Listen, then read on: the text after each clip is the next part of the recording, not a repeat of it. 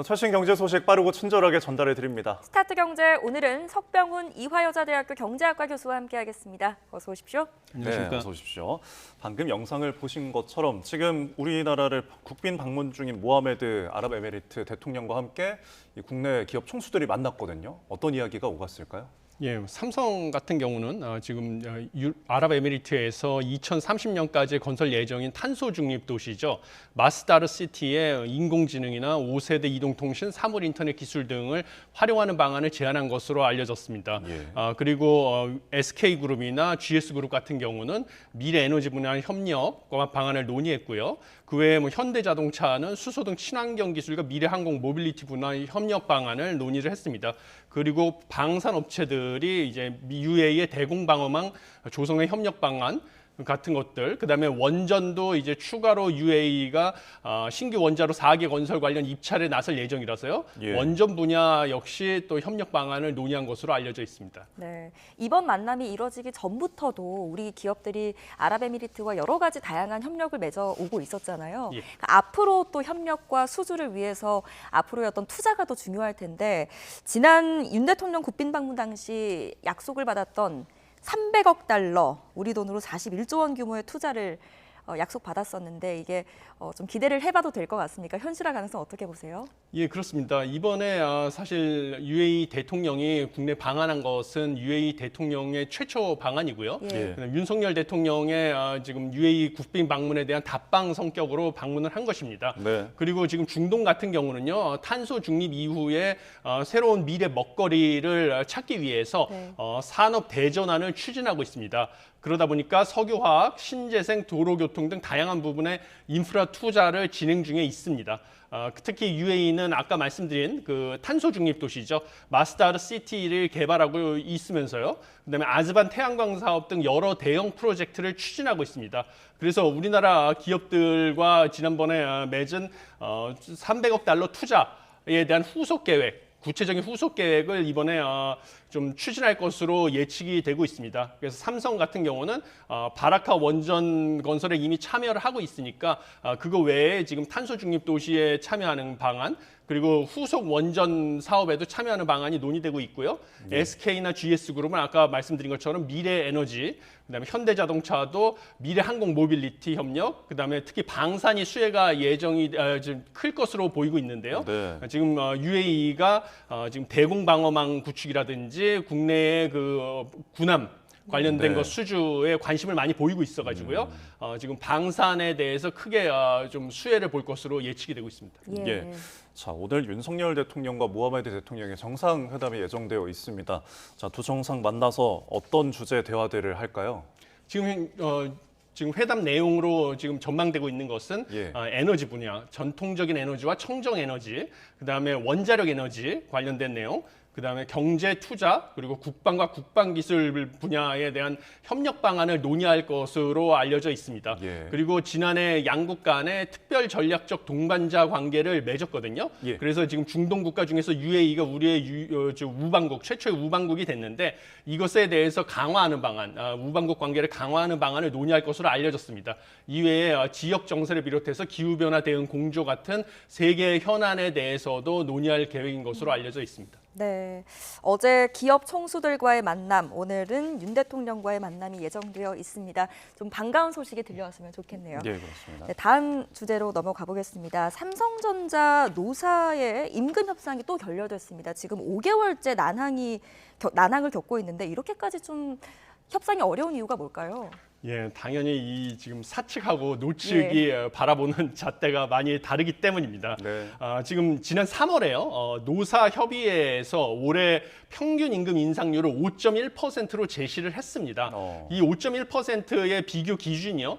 전년 평균 인상률 이게 4.1%였고요. 예. 이거보다 일단 높은 것이고 그다음에 무엇보다 중요한 것은 삼성 같은 경우는 작년에 반도체 업황이 안 좋았습니다. 네. 그러다 보니까 DS 부분의 적자가 엄청났었거든요. 예. 이것에도 불구하고 전년 평균 임금 인상률이 4.1%보다 높은 5.1%의 임금 인상률을 제시했다라는 것이 이제 사측의 입장입니다. 그리고 이 5.1%는 올해 우리나라의 예상 소비자 물가 상승률인 2.6%의 거의 2배에 가까운 수치다. 라는 것이 지금 사측의 입장인 반면에요. 지금 노조를 대변하고 있는 전국 삼성전자 노동조합 전삼노라고 하죠. 네. 전삼노 측의 요구하는 6.5%의 임금 인상률에다가 유급 휴가 1일을 추가로 달라라는 등의 요구 사항을 지금 제시하고 있습니다. 예. 그러다 보니까 5.1%와 6.5%는 좀 차이가 아직 큰 상황이죠. 그래서 지금 입장 차이가 좁혀지지 않는 상황입니다. 예. 예. 자, 작년에는 이제 반도체 업황이 안 좋았다가 최근에 조금 이제 기지개를 펴는 모습이잖아요. 이런 상황에서 천비디아 등계업고 SK 하이닉스 주가는 이제 훨훨 뛰고 있는데 삼성전자는 7만 전자에 지금 머물러 있는 상황이거든요. 이런 속에서 또 지금 노사 간에 어떤 불협화음이 일어나고 있는 게 좀 부담이 되지는 않을까요? 예, 당연히 부담이 되고 있습니다. 예. 지금 SK 하이닉스 같은 경우는 특히 성과금 관련돼서 좀 객관적인 지표를 바탕으로 성과금을 주겠다라고 합의가 노사 간에 이루어짐으로써 이런 쟁의 행위라든지 노사 간의 이 분란의 소지를 없애서 지금 실적도 좋은 반면에요. 예. 그다음 삼성전자 같은 경우는 작년에 반도체 업황이 안 좋아가지고 DS 부분에 적자가 컸는데 이제 반도체 업황이 개선이 됨에도 불구하고 또 여전히 그 고부가가치 메모리 반도체인 HBM 쪽에서 경쟁사인 SK 하이닉스에 밀려가지고 여전히 주가는 부진한 상황입니다. 네. 그런데 여기 설상가상으로 지금 노사 간의 임금 협상이 난항에 겪으면서요. 심지어 그 노조 측에서 이 쟁의 행위까지 좀 가능할 위험성도 지금 논의가 되고 있습니다. 예. 이런 상황은 삼성전자 주가가 회복될 수 있는 가능성에 또 찬물을 끼얹을 수 있는 위험이 있기 때문에요. 예. 좀 좋지 않은 소식이다 이렇게 보고 있습니다. 네, 알겠습니다. 알겠습니다. 자, 다음 소식 넘어가 보겠습니다. 서울시에서 매주 C커머스의 어린이 제품을 상대로 안전성 검사를 실시하고 있는데요. 결과를 보니까 이번에는 쉬인 어린이 신발에서 유해 물질이 발견이 됐다고요? 예, 그렇습니다. 지금 어린이 가죽 신발에서 유해 물질이 최대 428배까지 검출이 됐습니다. 우리나라 네. 기준치의 428배까지 검출이 됐고요. 그것뿐만 아니라 뭐 서울시에서 지금 현재 매주 발표를 지난달 8일 첫 번째 안전성 검사 결과 발표한 이후에요. 매주 알리익스프레스, 테무, 쉰으로 불리는 이 중국의 온라인 플랫폼 직구 제품의 안전성 시험 결과를 공개하고 있습니다. 예. 그래서 7차례에 걸쳐서 총 93개 제품의 안전성을 파악을 했는데요. 예. 40개 제품에서 유해 물질이 발견이 됐습니다. 아하. 그러니까 평균 43% 비중이니까 10개 중에 4개가 예. 사실 우리나라의 안전 기준을 충족시키지 못한 것이죠. 그래서 뭐 대표적으로 말씀드리면 뭐 알리 같은 경우는 어린이 머리띠에서 뭐 프탈레이트계 첨가제의 기준치가 270배를 초과하는 거죠. 이게 예. 대표적인 환경 호르몬이죠. 예. 그리고 뭐 테무 같은 경우는 어린이 피크닉 의자에서도 역시 또 프탈레이트계 첨가제 기준치가 380배를 초과하는 걸로 나타났고요. 쉬는 이번에도 여기 프탈레이트계 첨가제가 기준치의 428배를 초과하는 것으로 나타났습니다. 그래서 이런 환경 호르몬뿐만 아니라 중금속인 납도 초과됐고요. 뭐 폼알데하이드라고 해서 새집 증후군을 일으키는 물질, 예. 그다음에 뭐 발암 물질, 뭐 이런 것들이 계속 지금 기준치를 초과하는 것으로 나타나고 있습니다. 네. 방금 말씀하신 것처럼 뭐 기준치의 400배가 넘는 제품들이 있고, 근데 그런 것들이 10개 중에 뭐 4개 꼴로 나오고 있으면은 굉장히 지금 경각심을 가져야 될 것 같은데, 지금 서울시가 유해 제품에 대해서 판매 중단을 요청하고 있지만 워낙 지금 들어오는 어떤 중국 플랫폼의 제품의 양이 많잖아요. 예. 일일이 검사하기도 힘들 것 같은데 좀 실효성 있는 대책은 없을까요?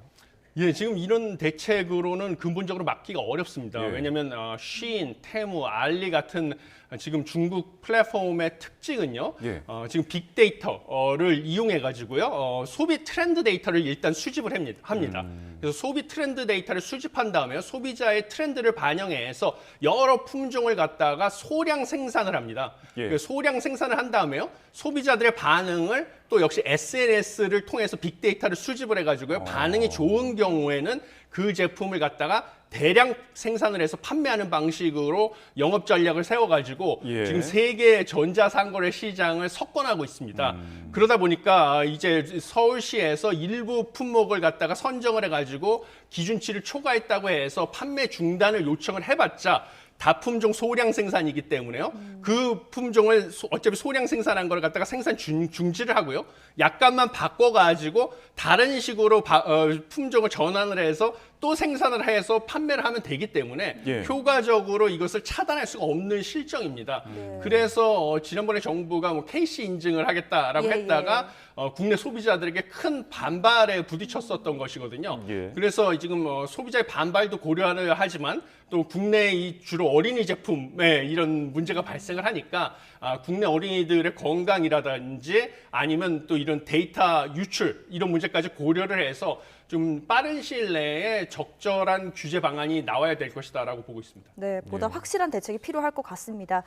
자, 마지막으로 뉴욕 증시 살펴보겠습니다. 나스닥이 사상 최초로 17,000선 돌파했네요. 예, 그렇습니다. 나스닥이 이렇게 급등한 것은 사실 엔비디아가 7.13%라는 이제 급등한 결과로 나스닥 지수의 상승을 견인했습니다.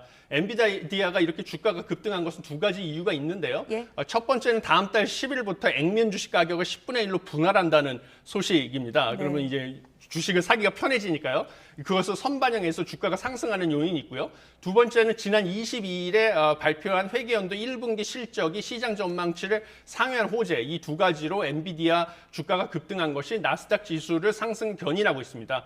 반면에 미 국채 입찰 수요가 부진했다는 소식이 전해지면서요. 예. 이게 국채 금리 상승세를 유발해서 전반적인 투자 심리는 약화돼 가지고요. 다우 지수는 하락을 했고 S&P 500 지수도 좀 보합세에 머물렀다라고 보시면 되겠습니다. 알겠습니다. 자, 저희 오늘 이야기는 여기까지 나눠보겠습니다. 석병훈 이화여자대학교 경제학교 교수와 함께했습니다. 오늘 말씀 감사합니다. 잘 들었습니다.